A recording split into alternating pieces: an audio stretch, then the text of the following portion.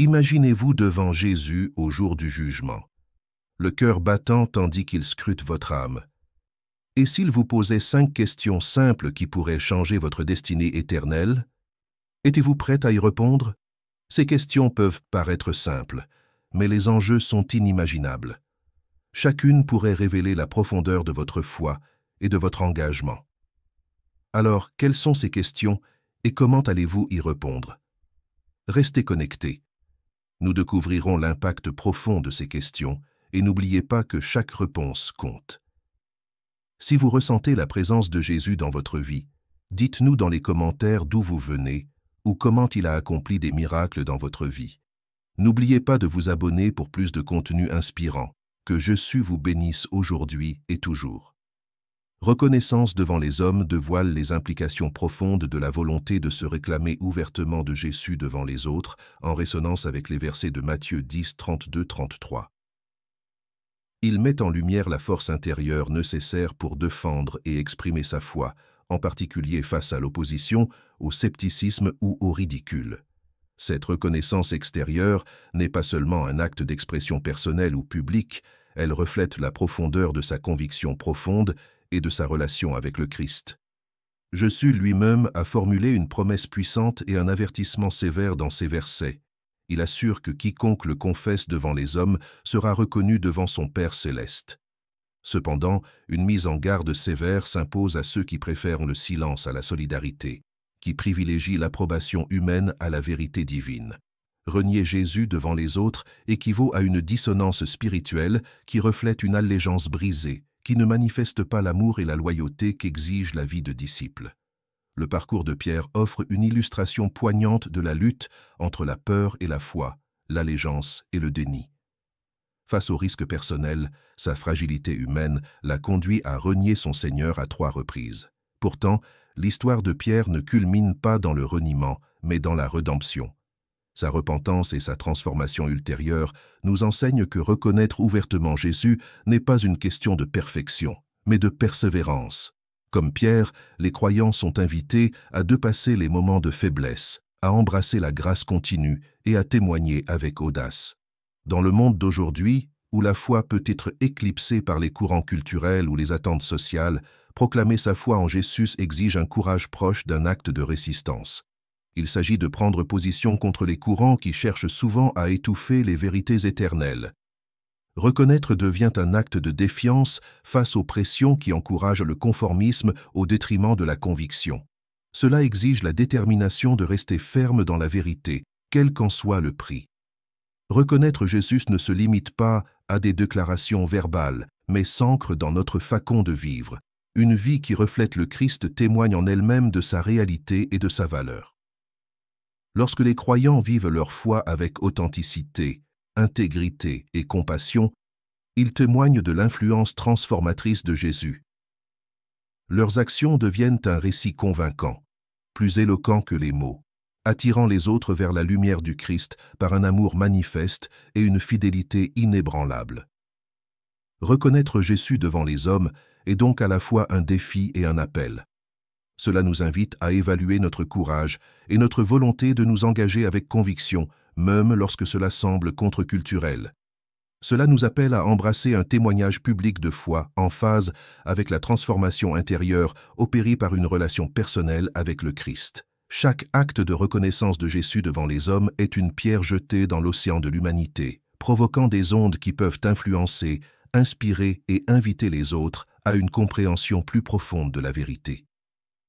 Dans ces moments de reconnaissance, nous nous engageons dans un dialogue divin où la foi s'exprime, où le cœur de ceux qui nous écoutent est invité à considérer la profondeur de l'amour de Dieu manifesté par son Fils. En tant que croyants, l'appel à proclamer Jésus publiquement est une occasion de glorifier Dieu et d'aligner nos vies sur les vérités qui nous sont chères. Cela devient un exercice quotidien de foi qui approfondit notre engagement et affine notre caractère. Que ce soit par des paroles, des témoignages écrits ou une intégrité vécue, chaque expression nous intègre plus pleinement au récit de l'histoire éternelle d'amour, de grâce et de rédemption de Dieu. Ce faisant, les croyants se préparent non seulement à leur propre rencontre avec lui au jour du jugement, mais contribuent aussi à l'avènement de son royaume ici-bas. Dans ce fil conducteur de la reconnaissance réside l'essence même du discipulat, une profonde déclaration d'allégeance à celui qui, le premier, a manifesté son amour pour nous, un amour qui sera approfondi dans le chapitre suivant, où nous explorerons l'impact profond de l'amour donne et partagé. Ce cheminement vers l'amour nous invite à réfléchir à la manière dont nous avons permis à l'amour divin de se répandre dans nos vies, affectant les autres et faisant écho à l'exemple sacrificiel de Jésus. Dans la grande trame de notre cheminement spirituel, l'amour apparaît comme le thème central, l'essence même de notre vocation de disciples du Christ. Alors que nous réfléchissons au jour du jugement, une question se pose avec une gravité profonde. Qu'as-tu fait de l'amour que je t'ai donné? Cette question, formulée par Jésus, nous invite à scruter nos cœurs, nos relations et nos actions quotidiennes. L'amour, selon Jésus, n'est pas un sentiment passif. C'est un choix dynamique et actif, un abandon constant à l'humilité, à la patience et à l'altruisme. L'amour est, indéniablement, la marque distinctive d'un véritable disciple. Sans lui, toutes les autres vertus que nous prétendons posséder sont vaines. Jésus-Christ l'a souligné avec force dans Jean 13, 34 à 35. « Je vous donne un commandement nouveau. Aimez-vous les uns les autres. Comme je vous ai aimé, vous aussi. Aimez-vous les uns les autres. À ceci tous reconnaîtront que vous êtes mes disciples, si vous vous aimez les uns les autres. » C'est là que réside le défi, non seulement d'aimer, mais d'aimer avec la profondeur et la largeur de Jésus. Ce commandement appelle à un discipulat radical, un amour si transformateur qu'il devient visible pour tous. Pour vraiment comprendre et vivre cet amour, nous devons d'abord le reconnaître comme un don divin. L'amour que nous offrons aux autres est une effusion de ce que Christ nous a prodigué. Romains 5,5 déclare « L'amour de Dieu a été répandu dans nos cœurs par le Saint-Esprit qui nous a été donné. » Par conséquent, refuser l'amour revient à nier l'œuvre et la présence du Saint-Esprit en nous. Approfondissons ce que cet amour devrait être. C'est une décision délibérée d'accueillir ceux qui nous blessent, une volonté de pardonner à ceux qui nous ont offensés et une ouverture à servir sans rien attendre en retour. Il nous pousse à dépasser nos limites, nous obligeant à voir les autres avec le regard compatissant de Jésus. Il exige que nous aimions non seulement nos amis et notre famille, mais aussi nos ennemis et les personnes marginalisées. Considérons la parabole du bon samaritain dans Luc 10, 25-37. Cette histoire résume avec force l'amour en action, un amour qui transcende les barrières sociales et culturelles. Elle nous enseigne que l'amour est moins une question de commodité ou de réciprocité que de sacrifice et de service. Nous sommes appelés à aimer les autres, même lorsque cela est gênant, coûteux ou non réciproque, incarnant ainsi l'amour sacrificiel du Christ sur la croix. Une réflexion poignante s'impose. Combien de fois avons-nous choisi l'indifférence plutôt que la compassion? Combien de fois avons-nous inconsidérément refusé d'aimer en raison de griefs personnels ou de préjugés sociaux? Être avare d'amour revient à rejeter le Christ lui-même. Comme nous l'avertit Matthieu 25, 45, « En vérité, je vous le dis, toutes les fois que vous n'avez pas fait cela à l'un de ces plus petits, c'est à moi que vous ne l'avez pas fait. » Négliger de manifester l'amour du Christ est un grave manquement à son commandement et compromet notre témoignage de disciple. Concrètement, l'amour se manifeste dans les gestes et les décisions du quotidien.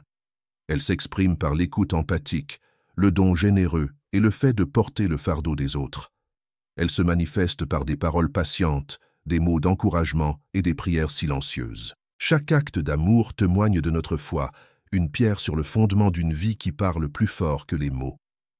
Le jour du jugement dernier révélera tout ce qui est caché, y compris le véritable état de nos cœurs.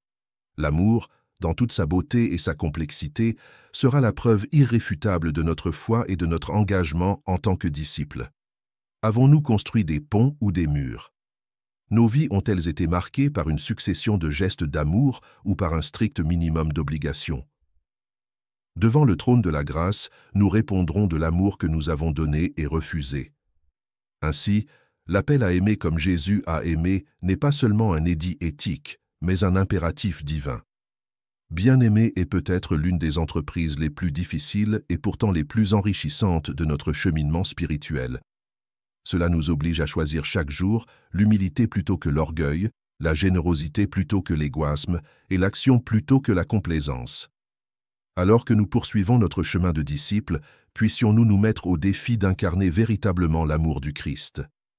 Demandons continuellement l'aide du Saint-Esprit pour aimer ceux qui nous entourent avec une sincérité authentique et une profonde compassion. Et rappelons-nous que l'amour n'est pas une destination, mais un cheminement qui nous rapproche toujours plus du cœur de Jésus. Entrons dans le domaine profond de la gestion des talents, un thème crucial qui découle harmonieusement de l'amour, abordé dans le chapitre précédent et qui s'entremêlera bientôt avec le pardon mis en lumière dans le chapitre suivant. La parabole des talents, rapportée en Matthieu 25, 14-30, constitue une pierre angulaire convaincante pour comprendre comment Dieu considère notre gestion des capacités et des ressources qui nous ont été confiées. Cette parabole nous incite à examiner nos vies, nous incitant à évaluer comment nous avons exploité nos dons pour le bien commun. Dans le récit des talents, nous voyons un maître confier des sommes d'argent variables, 5, 2 et 1 talent, à ses serviteurs, chacun selon ses capacités. À son retour, il demande des comptes. Les 2 premiers serviteurs doublent leurs dons, méritant louange et responsabilité accrue. Le 3e, saisi par la peur, enterre son talent, s'attirant reprimande et bannissement. Cette histoire ne traite pas seulement de la perspicacité financière, mais symbolise profondément la manière dont nous abordons les talents que Dieu nous a donnés, qu'ils soient de financiers, créatifs, de leadership ou autres. La parabole souligne un principe clé. Ce n'est pas la quantité de talents qui compte, mais la fidélité avec laquelle nous les exerçons. Chacun de nous possède un mélange unique de capacités, de ressources et d'opportunités. La vraie question est, les avez-vous utilisés pour manifester l'amour et le service de Dieu envers les autres? Avez-vous laissé la peur ou l'indifférence étouffer le potentiel qui sommeille en vous? Ce récit révèle une vérité profonde. L'inaction ou l'accumulation de nos capacités équivaut à gaspiller les dons divins qui nous ont été accordés. Considérez le pouvoir et la responsabilité liés au rôle d'intendant. Qu'est-ce qu'un intendant sinon quelqu'un à qui l'on confie la gestion pour le compte d'autrui? Lorsque vous considérez votre vie, vos talents et vos opportunités comme des dons de Dieu, un sentiment de révérence et de détermination enveloppe vos décisions et vos actions. Vous passez du statut de propriétaire à celui de gardien, considérant vos ressources comme des moyens de susciter la bienveillance, d'élever les autres et de glorifier Dieu. Il est facile de tomber dans le piège de la comparaison, de comparer ses capacités à celles des autres, de diminuer sa propre valeur ou de gonfler son ego. Ces 2 comportements sont source de destruction et freinent la croissance. Accepter ces talents uniques implique de reconnaître leurs sources divines et de les aligner au service de Dieu. Cela vous appelle à participer activement à la vie et non à rester un spectateur passif. L'application pratique vous invite à intégrer ces talents dans votre quotidien. Laissez-les se manifester par de simples actes de gentillesse, un geste de soutien, une écoute attentive ou une compétence mise au service de Dieu. Peut-être excellez-vous dans l'enseignement, la cuisine, l'organisation ou l'art oratoire. Votre défi n'est pas de cacher ou d'accumuler ces dons, mais de les partager avec une bienveillance généreuse. Ce faisant, vos talents ne seront pas seulement multipliés sur le plan terrestre, mais se développeront de manière exponentielle dans les sphères spirituelles, reflétant la générosité de Dieu.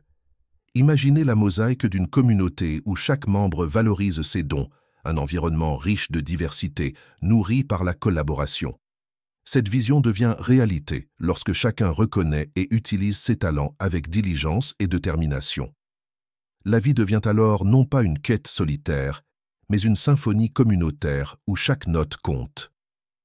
En conclusion de cette réflexion sur l'intendance, réfléchissez profondément. Si vous étiez aujourd'hui jugé, que révélerait le récit de votre vie sur votre intendance? L'essentiel n'est pas de se vanter ou de se lamenter sur ce que vous avez fait de vos talents, mais plutôt de vivre au quotidien avec la décision consciente de contribuer. Laissez l'amour, le service et l'intendance façonner votre héritage. Réfléchissez à vos propres dons. En les reconnaissant comme des dons divins, alignez leur application sur vos valeurs les plus profondes et vos aspirations les plus élevées.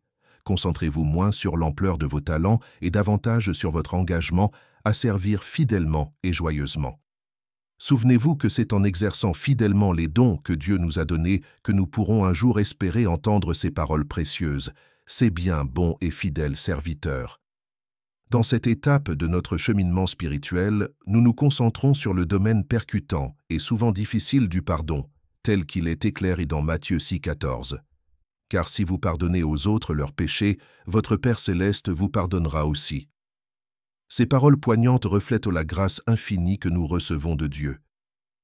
Le pardon n'est pas un simple acte, c'est un puissant miroir de notre compréhension de la grâce divine, un principe clé de notre cheminement de foi qui peut être à la fois transformateur et libérateur. Dans la vie, le pardon peut être l'une des vertus les plus difficiles à incarner. Pourtant, il est essentiel, véritable témoignage de la miséricorde que nous recevons et reflet de notre propre maturité spirituelle.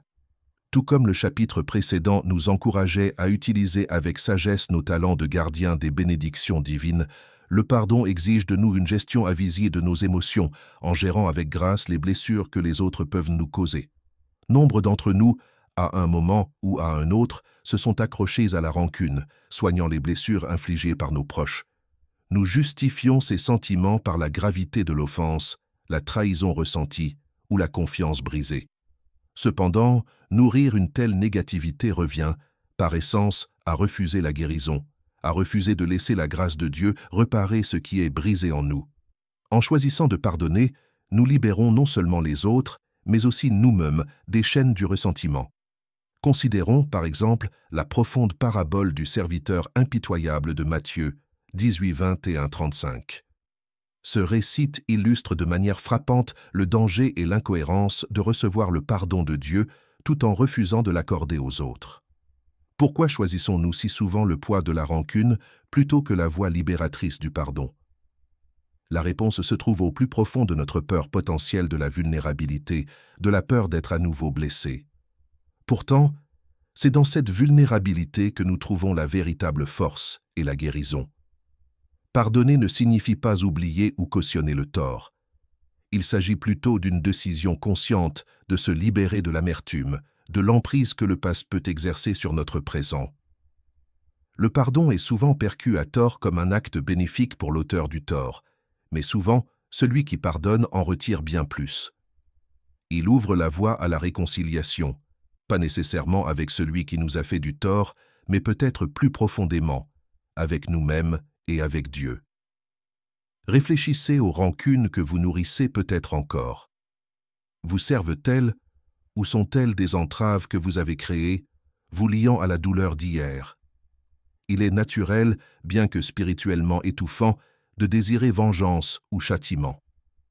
Pourtant, en cherchant la vengeance, nous nous fermons à la paix profonde qui accompagne le pardon.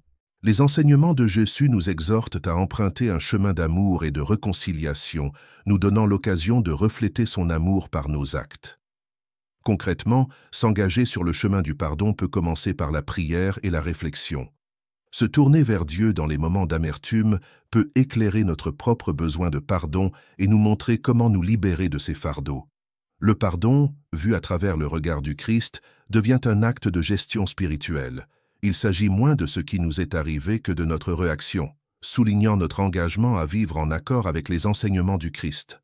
En nous efforçant de pratiquer le pardon, rappelons-nous qu'il fait partie de notre gestion spirituelle, un exercice du cœur qui nous affine et nous rapproche de l'image de Dieu. Ce n'est pas un simple sentiment, mais une décision consciente, un acte d'amour et d'humilité qui reflète notre compréhension et notre acceptation de la grâce ultime de Dieu. En abandonnant notre désir de vengeance, nous devenons de véritables vecteurs de l'amour de Dieu, témoignant aux autres la grâce que nous espérons recevoir. En approfondissant notre compréhension de ce beau concept, pratiquons le pardon, non pas comme un acte ponctuel, mais comme un engagement quotidien à vivre librement, fidèlement et dans l'amour. En méditant profondément sur les paroles de Jésus dans Matthieu 7, 22-23, plusieurs me diront en ce jour-là, « Seigneur, Seigneur, n'avons-nous pas prophétisé par ton nom, chassé des démons par ton nom, et accompli beaucoup de prodiges par ton nom?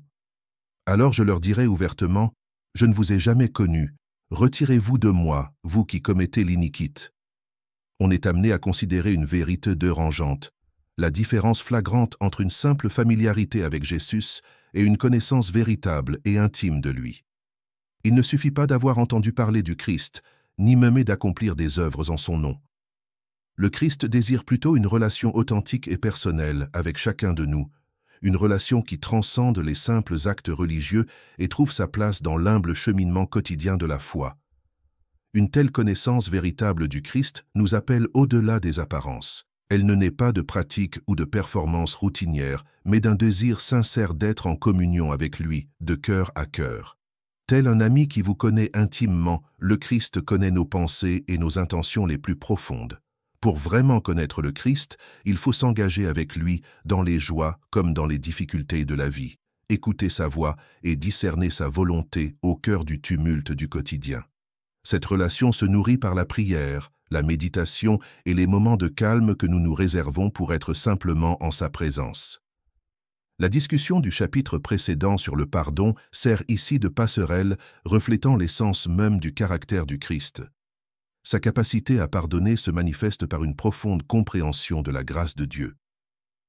Dans le même esprit, la connaissance authentique du Christ nous guide vers une vie qui reflète ses attributs. Amour inconditionnel, pardon, intendance et altruisme. Ce n'est pas la grandeur de nos actes qui compte, mais l'authenticité de notre dévotion qui compte. Imaginez une vie vécue, non pas pour les applaudissements des hommes, mais pour la douce approbation de Dieu. Ici, l'attention se déplace de l'extérieur vers l'intérieur, où les pratiques invisibles de la foi se façonnent et où les pas murmurés de l'intégrité résonnent.